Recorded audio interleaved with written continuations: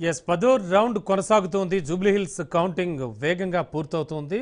ప్రస్తుతానికి కాంగ్రెస్ విజయ పథం వైపు వెళుతోంది. 23,612 ఓట్ల మెజార్టీతో కూడా ఉంది. అండ్ తొమ్మిదో రౌండ్లో చూస్తే 2,117 ఓట్ల మెజార్టీతో కూడా ముందుకు వెళుతోంది. మొత్తానికి మరికాసేపట్లో ఈసీ కాన్ఫరెన్స్ కూడా పెట్టనుంది. ఓవరాల్గా చూస్తే కనుక 23,612 ఓట్ల మెజార్టీతో దూసుకుపోతోంది. సెకండ్ ప్లేస్లో బీఆర్ఎస్ కనిపిస్తోంది. అండ్ బీజేపీ వెనుకంజలో ఉంది, థర్డ్ ప్లేస్లో ఉంది. మొత్తానికి ఓవరాల్గా జూబ్లీహిల్స్ ప్రజలు కాంగ్రెస్కి పట్టం కట్టారు.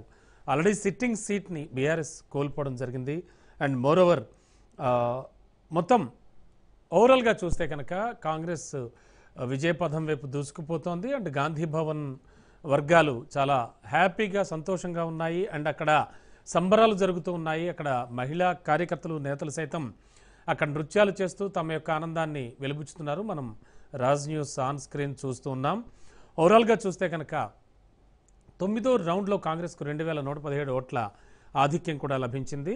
అయితే ఒకటో రౌండ్ నుంచి మొదలు పెడితే కనుక దాదాపుగా ఏ రౌండ్లోనూ కూడా సరైన ప్రభావాన్ని చూపించలేదు బీఆర్ఎస్. అఫ్ కోర్స్ థర్డ్ రౌండ్లో ఐ థింక్ కొంచెం ఆధిక్యంలో ఉన్నట్టు కనిపించినా కూడా ఆ తర్వాత పూర్తి స్థాయిలో వెనకబడి సెకండ్ ప్లేస్కి మాత్రమే పరిమితమైంది. ప్రస్తుతానికి గాంధీ భవన్లో అయితే బాణసంచా కాల్చుతూ స్వీట్లు పంచుకుంటూ అలాగే అక్కడ నృత్యాలు చేస్తూ వారంతా కూడా తమ యొక్క విజయాన్ని ఆస్వాదిస్తూ ఉన్నారు. అక్కడ మొత్తానికి ఓవరాల్గా చూస్తే కనుక ప్రస్తుతానికి 25,000 పైచిలకు వరకు కూడా వెళ్ళేటువంటి అవకాశం ఉందని విశ్లేషకులు భావిస్తూ ఉన్నారు.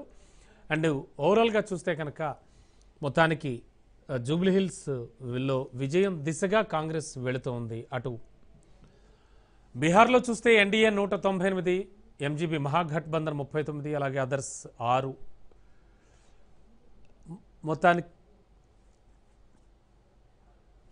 మొత్తానికి ఓవరాల్గా చూస్తే కనుక కాంగ్రెస్ బీహార్లో కేవలం సింగిల్ డిజిట్కే పరిమితమైంది 6 సీట్లతో. కానీ మొత్తానికి అక్కడ మనకి కనిపిస్తూ ఉంది. ప్రస్తుతానికి ట్రెండ్స్ నడుస్తూ ఉన్నాయి, మనం చూస్తూ ఉన్నాం. ఎన్డీఏ అయితే అక్కడ దూసుకుపోతోంది. మహాగఠబంధన్ ఏమాత్రం ప్రభావం